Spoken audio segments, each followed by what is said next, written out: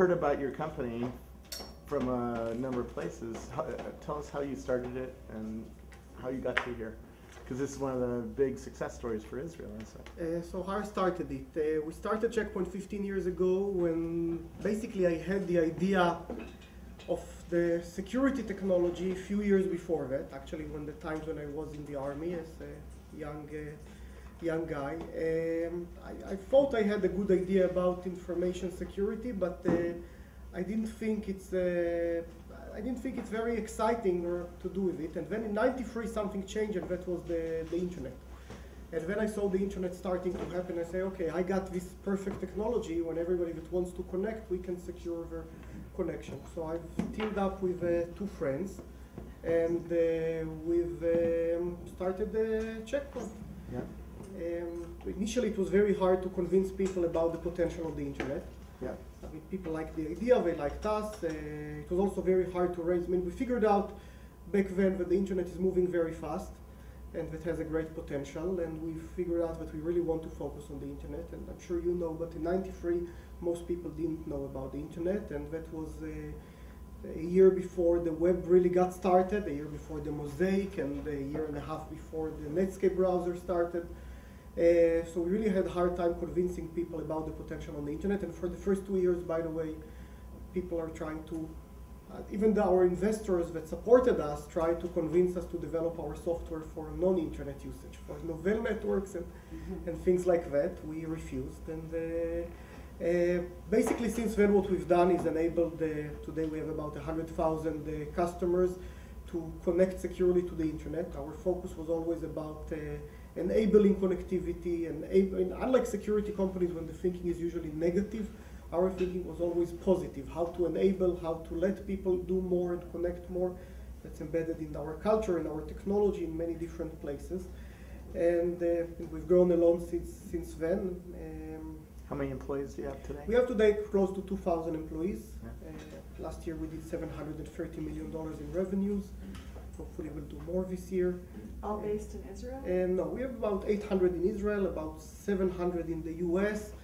In Redwood City, right? Redwood City, yes. Redwood City and San Francisco, actually. Yeah.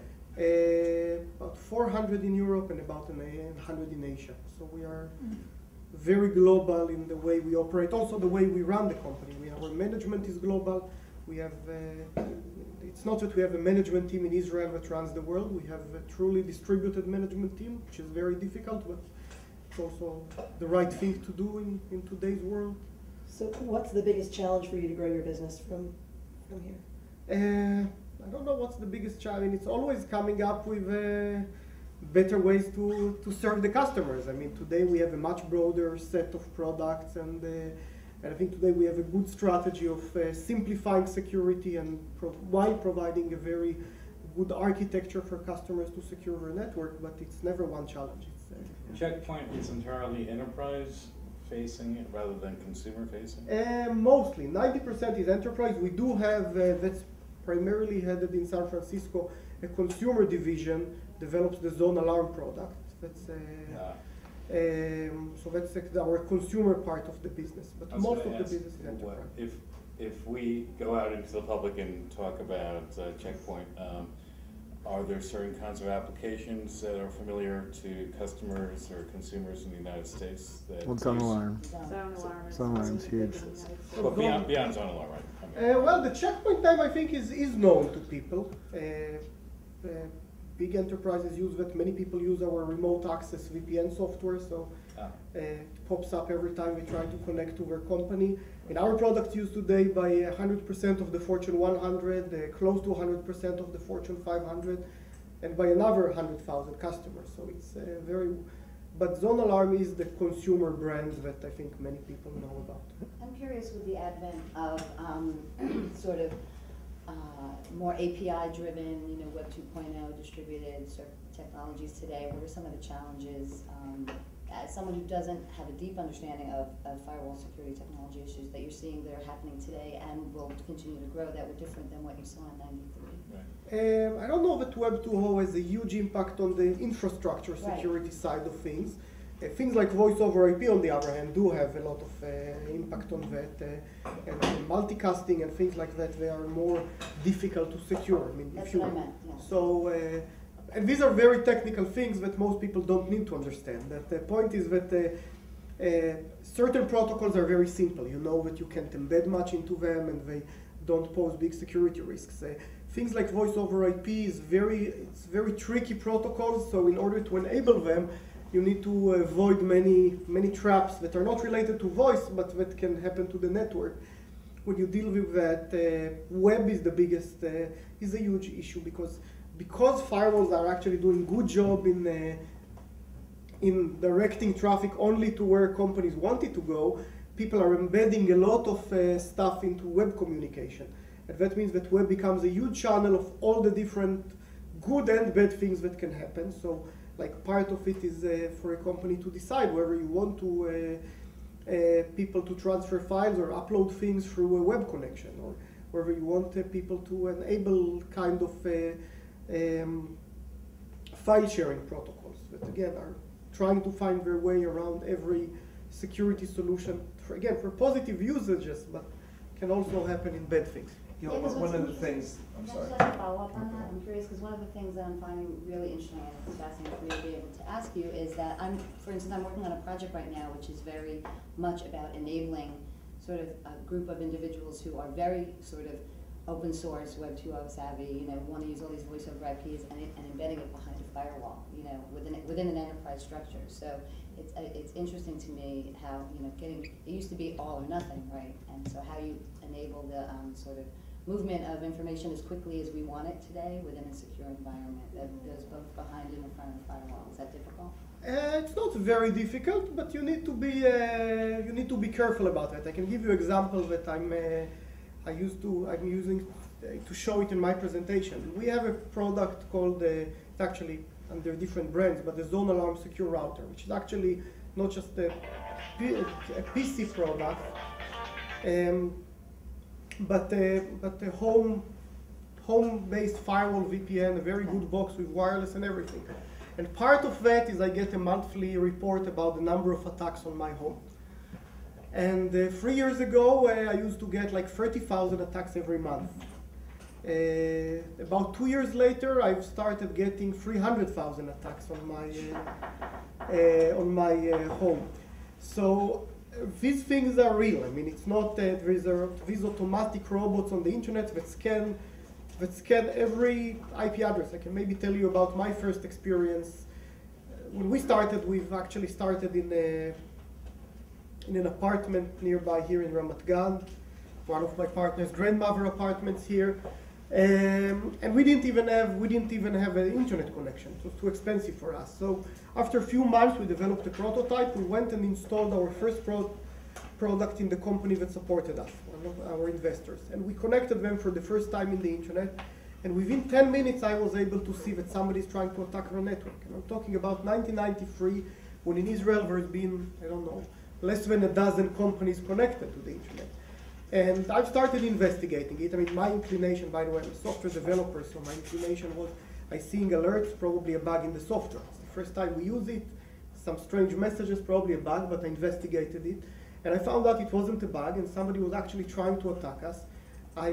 Since the internet community back then was very small, they let me diagnose the other networks that were on the list there, and I found out that 2 teenagers were basically attacking every network here that was connected, and that was few multinational companies from the US, the Israel Electricity Company, that was early adopter of internet technology in 1993.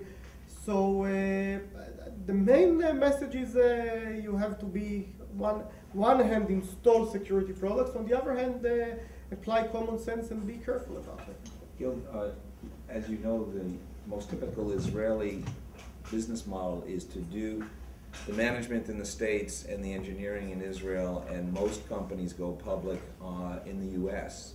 As I understand it, you're one of the few that went with an all-Israel entry into for your IPO, and your management was in Israel.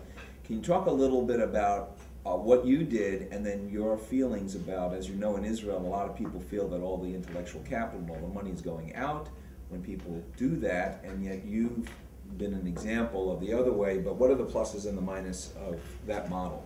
So first, I have an excellent presentation. That's the presentation I have about these models. And unfortunately, by the way, that model of having management in the US and engineering in Israel is actually a model that doesn't really work. And most companies hardly survive through that. I don't know if many or any get really successful. The ones that are not failing are the ones that are being sold quickly, and sometimes too quickly. I also don't think that the model of having all the management in Israel is the right model. That's a model that works, but it's very limited in scalability because our target market, target customers are not here. So trying to manage the world from here, I mean, it works from the standpoint that we can find people that we can trust and we can work with them. So you can get the right teamwork, which is important for any company. It doesn't work from a scalability. The company can't get to the maximum potential of it. So what we've been implementing at Checkpoint is a very global model. I mean, we've started the company 3 guys. We were all Israelis. The first executive that we added was the head of our sales and marketing worldwide, and she was based in Redwood City. And she had nothing to do with Israel. I mean, she wasn't an extra Israeli or Jewish or anything. She was the best person we could have found. She never visited Israel before. She knew nothing about that. And so the first executive that we actually hired to add to our team was an American. And since then, we have today a very balanced management team. About 50% of our management team is outside Israel. About 50% is in Israel. It takes a big, it's very costly from the time and investment perspective, because that means that every management meeting we have to do 4, 5, 6 times a year. We meet for a week in one place, and we have to fly everyone.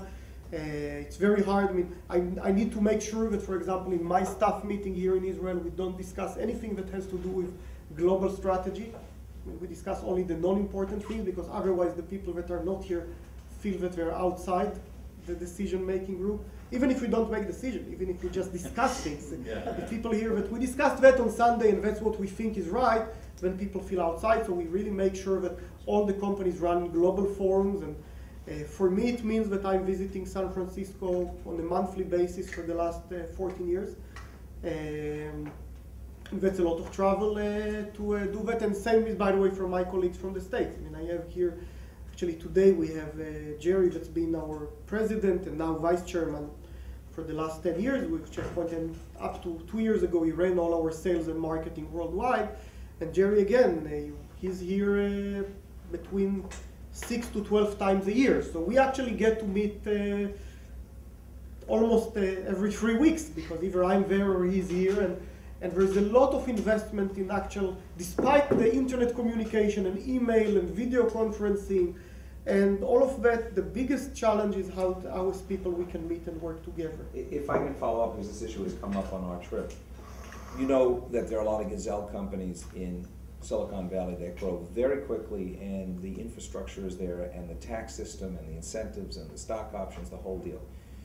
The word has always been that in Israel, because of government regulations, because of the nature of the tax system, because of the way that the system is structured, it is not either as easy or profitable to grow a company as an Israeli company as it is an American company. I would actually argue the opposite. And again, I'm running an operation today in 40 countries, and definitely the US has been the biggest one. I find it much easier to do business in Israel. And by the way, I'm trying to stay away from getting much government support and funds and things like that.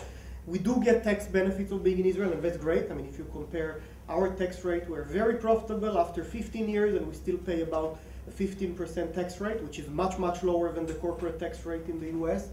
And we are actually probably the highest paying Israeli company in terms of taxes, in terms of the high-tech companies. Most companies have even more reduced tax rates than we have here. You can see American companies like Intel setting up huge operations here, and part of it is government incentive and tax savings, that they keep a lot of their profits here in Israel with tax shelters, or not tax shelter, untaxed in Israel. And in terms of doing business and regulation, Israel is much easier than the States. I mean, I look at all the different employment rules in Silicon Valley and California, and the ways to employ. I mean, the rules there are not not easy to do business. On one hand, they don't. It's kind of strange because in California, the laws, the way I found them at least, they don't really protect the employees, but they're also very hostile to the company. In Israel, there's a very good balance. No, I mean, it's really the employees don't get any rights by law. On the other hand, if an employee feels that they're mistreated, they sue the company for millions of dollars and everything looks bad to everyone. So in Israel, it's much more balanced. An employee cannot sue the company for millions of dollars. On the other hand, the employees get slightly more rights, and the employment cost percentage, I mean, I just find it that it's easier to do, and the government and the infrastructure here are really good. I mean, I can give you simple examples. We moved an office within Silicon Valley, within Redwood City, within one of the biggest high-tech campuses. They told us that to get our internet connection moved between buildings, I mean, within half a mile, will take us 3 months in Silicon Valley. Here, if I need to get an internet connection, it's overnight, no matter what speed, no matter. So I mean, all my experiences are actually showing that I look at the internet speeds that I'm getting, and again, internet for us, everything we run is on the internet. The speeds that I'm accessing the internet are better or as good as here as they are in Silicon Valley. Getting a broadband connection at home, my colleagues in the US, especially those who live in the high-income areas like Woodside and Etterton, have really hard time getting broadband cellular service. Yeah, Doug Engelbart's house, he didn't have broadband Wi-Fi. He didn't have Wi-Fi. He didn't have cell service. He didn't have anything, and he helped invent the internet. I'll send you the modem. Okay, 2-3 days. So I mean, I can tell you that I'm very pleased. I mean, we all in all the world, we like to complain about the electricity company and the phone company, and that's very common. If I look at the level of service that we get in Israel, it's very, very high. And we have less, I mean, see, as a you ask about being a public company. So in our prospectus to the SEC, we asked to talk about all the risks of being in Israel and I've looked at the downtime that we had in Israel from all the bad things that happened here. And some bad things, unfortunately, did happen here. And I compare that impact on the business. So we had more downtime in Silicon Valley due to power outages. We had more downtime in Dallas. We have a big campus in Dallas due to power outages, fire that caught there. So overall, both in terms of the infrastructure here and the business climate, the ability to get good people. For example, one thing that's very good in Israel is loyalty of people. In Silicon Valley, and I'm sure you know that, every 6 months there's a new trend, and if you're not in the new trend, you feel that you're left behind. And that makes it very hard for people and for companies to build long-term things. Here, here the market is dynamic, there's a lot of startup, people can move around, but if somebody works at the same company for 2 or 3 or 5 years, they don't feel that they're left behind. They think that they have a good home for them, and they feel that they're part of something important. And trying to build something. Yeah, and trying to build and trying to make something meaningful. So I like again, not that I don't like Silicon Valley, and as I said, I'm there every month, and I like the people, and I like the weather, and I like everything there. But but I think that in terms of technology-friendly environment, the environment here is very good. A lot of governments around the world are going to watch you talking and watch the reports that we've had all week, because Israel clearly is a high-tech superstar and is probably, outside of Silicon Valley, the most entrepreneurial region I've visited. And I'm sure other governments are like, how do we do what Israel did? You know, how do we create our own high-tech infrastructure? What advice would you have to them? I think first there's 2 things. First is the spirit of the people. And in Israel, and that's something that's very hard to change. And in Israel, I think we have that entrepreneurial spirit for about 100 years. If we look at my grandparents that came to Israel at the 1920s or 30s, they were trying to build here something new. It has nothing to do with technology, but they tried to build something new. And they built, now, when you look outside Israel, you always look about military and defense. They weren't trying to build that. They were trying to build the agriculture. They're trying to grow actually a new socialist economy, but that's a startup. And they were trying and took all the values and everything they brought with them, but trying to take that in to build something new out of it.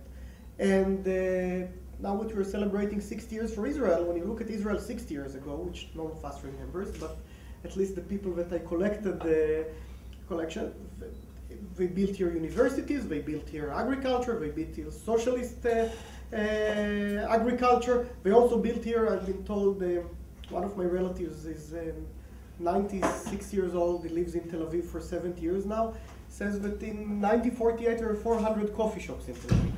So they also built here a very lively city even 60 years ago. And so I mean, the whole thing is people that are trying to build something and do that, and that's the main. Now, how to apply that, and you can see here in the street in Israel, when you have a problem, you meet two people, they have free opinion, and they all know how to help you and how to tell you what to do better. Very passionately. Yeah, very passionately. And that's important when you try to drive changes and create startups and create new companies. Now, how to apply it into high tech? I think the government did some smart things here by giving companies incentives to be here. I mean, 20 years ago there was no venture capital industry, so the government decided to give matching funds to venture capitalists. And again, that ended about 15 years ago, but that helped companies start the venture. Huge part of that was actually the fact that Israelis that were in the US came back. If I look at some of the companies that were successful here, it's Israelis that worked in National Semiconductor, Motorola, places like that, decided to go back to Israel. Their companies told them, you know, why don't you work from your home country and start a small operation around you? And they brought knowledge back. So that's very important. I think we see some of that phenomena now with India, with people from India that are US and want to go back, and they create the ties between the countries through that. So that's very helpful. So these are some of the things that need to happen. But the biggest part is just the people feeling. Now, one more thing that helps us in Checkpoint, or in Israel, not in Checkpoint, is the fact that we don't have a local market. If you have a local market, or a big local market, we have, when you have let's say that I would start Checkpoint in Boston, which is, from sales perspective, that's where we started. We started selling in Boston. I would say I have a good system. I can sell it for $100,000 for 2 companies around me. I can go to the third one. So I have a local market, and I don't need to think about something that will reach every customer in the world. So I can build a solid small business or around me just by looking around. And in Boston, I probably have 100 companies like that, and then I can expand to New York and all the Northeast. So I can expand nicely. The same is true in Europe. You have a huge local market in France, in Germany, and very especially if you develop something in Germany or in France, you think in the local language, you create all your culture to cater to the local market, and it's very hard to branch out. So one of the things that helps Israel is the fact that from day one I said I don't want to deal with the local market. It's too small, it's too crowded, and I must think about the customer which is 6,000 miles away from here. And I'll just give you the concrete example. In my first product, and again, our product was something that other people sold for $60,000 to $100,000, and it's a project, not as a product. I said, I can do these kind of projects in the US. I mean, I'm here. I don't have the expertise in that. So what I need to do is take this complex project, put it on a single diskette with operating instruction that takes 10 minutes, so I can send the diskettes to my reseller in the US or to a customer in the US. They should put it in their, back then it was a big computer, and understand the product and fall in love with it in 10 minutes, because I'm not there. Now that's created the real success of what we've done, because at the time when our competitors in the US went from 1 customer a month, we could have gone to 100 customers a month. And of course it created also a better product. So the kind of thinking that says we don't want to deal with the local market, we have to think globally, really helps. And in our strategy, by the way, back in 1993, we said we need to win in the US market, because whatever gets to win the reviews and the public opinion in the high tech in the US, then everybody else in the world wants it. And that worked, by the way, extremely well. The minute we started to get known in the US, we got people from Japan and France and all other countries calling on us and saying we want to have it too. So we are selling today about 44% in the US, 44% in Europe, and the rest in Asia. And that's been like that for 14 years, when the marketing focus was always on the US. How do we win US technology. Do you think if you were starting up a company today, is that still the same way? Is the market still the U.S. market? It's not the market, as I said. The Yeah. market is only part of it. Yeah. I think still the U.S. creates the public opinion for high tech, and I think it's fair. I mean, it's never easy, but you can leverage. It's much easier to leverage success in the U.S. worldwide than the other way around. Coming to the U.S. and said, I had this great product successful in France, nobody in the U.S. listens. Trying to say I had a great success in the US, everybody in the world would listen. Do you mentor other companies, other startups in Israel? Don't mentor. I meet with a lot of people that come for visits. Any good ones that catch your eye lately? There's a lot of great ideas and people that I meet. What I've learned in my domain is that it's very hard to predict who will be successful and who's not. I'm always staying very, very focused on Checkpoint. I didn't prove that I can be a good investor or predict the future. I did learn that I can do my best to help Checkpoint grow and to help Checkpoint succeed. Very cool. Thank you. We have to run. This is great. This is awesome. Thank you. Thank you very much. It's a great icing on our whole trip. So thank you very much. Thank you very much.